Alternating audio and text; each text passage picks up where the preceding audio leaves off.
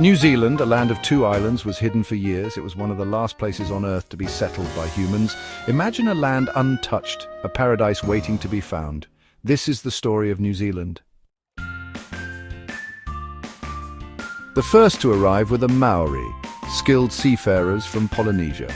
They journeyed across the vast Pacific Ocean in canoes, arriving in this new land around the 13th century. They called it Aotearoa, the land of the long white cloud. The Maori were adaptable and resourceful. They formed tribes, established villages, and lived in harmony with the land. They fished, hunted, and cultivated crops, developing a rich culture around their relationship with nature. The arrival of Europeans in the 17th century marked a significant turning point in the history of New Zealand. Before this period, the land was solely inhabited by the Maori, who had their own rich culture, traditions, and way of life. The European arrival brought with it new technologies, ideas, and a different way of life that would forever change the landscape of New Zealand. Dutch explorer Abel Tasman was the first European to sight New Zealand in 1642. His voyages were part of a larger Dutch effort to explore and map unknown parts of the world.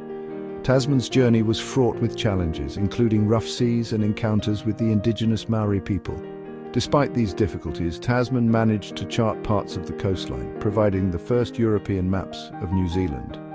Captain James Cook followed in 1769, mapping the coastline and opening the way for European settlement.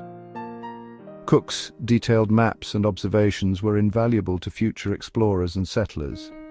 His interactions with the Maori were more extensive than Tasman's, and he made several voyages to New Zealand, each time learning more about the land and its people.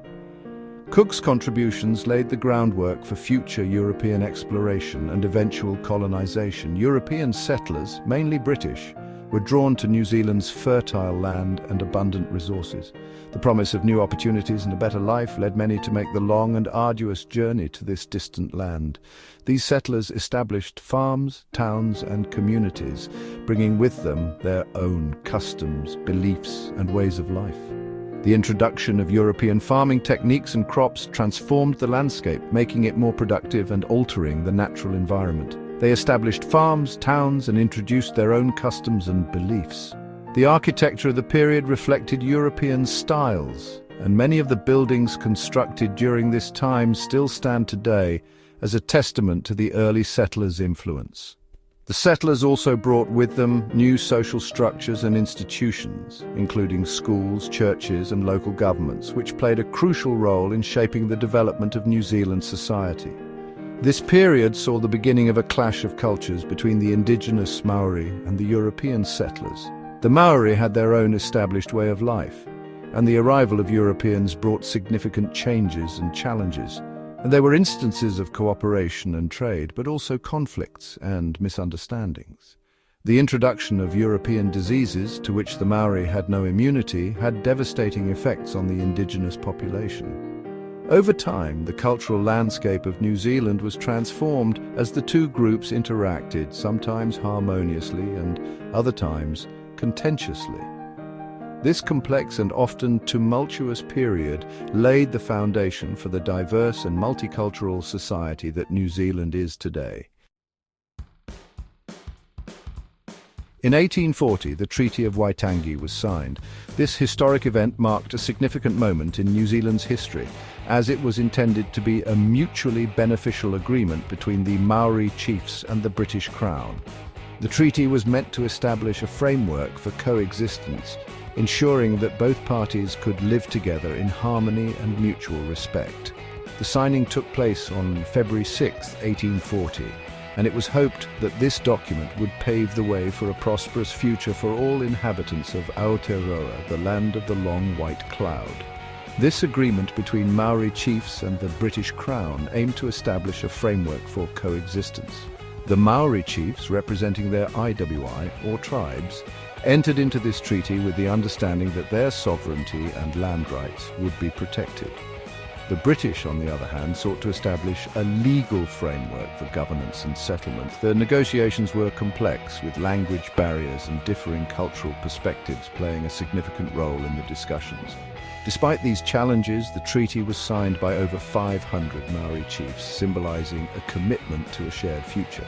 The treaty, however, was misinterpreted and misused, leading to land confiscations and conflicts known as the New Zealand Wars. The British Crown's interpretation of the treaty often conflicted with the Maori understanding, resulting in significant breaches of the agreement.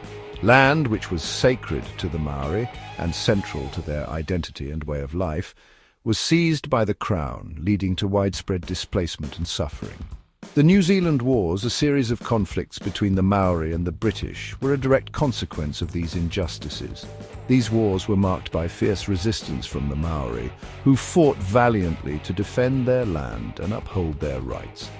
Despite the injustices, the Maori people showed resilience. They adapted to the changing circumstances while holding on to their cultural heritage and identity. Community gatherings and cultural ceremonies became acts of resistance and resilience, reinforcing their unity and strength. The Maori continued to pass down their traditions, stories and language through generations, ensuring that their rich cultural heritage would not be lost. Their resilience was not just in their ability to survive, but in their determination to thrive and maintain their identity in the face of adversity. They fought to protect their land, language and culture. The haka, a traditional war dance, became a powerful symbol of their defiance and strength. Maori warriors, both men and women, stood firm in their resolve to defend their ancestral lands and way of life. Their struggle was not just a physical battle, but also a cultural and spiritual one, as they sought to preserve their unique identity and heritage. The fight to protect their land was intertwined with the fight to protect their language and cultural practices, which were integral to their sense of self and community. They sought recognition of the treaty and their rights as the original inhabitants of Aotearoa. Over the years, the Maori have continued to advocate for their rights and the recognition of the treaty's promises. Protests, legal battles, and negotiations have been part of their ongoing struggle for justice. Contemporary Maori cultural events and commemorations of the Treaty of Waitangi serve as reminders of their enduring presence and the importance of honouring the treaty. The journey towards reconciliation and justice is ongoing, but the resilience and determination of the Maori people remain unwavering. Their story is a testament to the strength of their spirit and their commitment to preserving their heritage for future generations. Section 5. The face of modern New Zealand. New Zealand today is a diverse and multicultural nation. The Maori culture remains an integral part of the country's identity. Their language, traditions and art forms are celebrated and respected. Alongside the Maori, people from all corners of the globe call New Zealand home. This blend of cultures has created a unique and vibrant society that embraces its differences. Section 6. Hangi, a feast from the earth. Traditional Maori cuisine is a testament to their connection with the land. The Maori people have a deep respect for nature, and this is reflected in their culinary practices. Their food is not just sustenance, it is a celebration of their heritage and environment.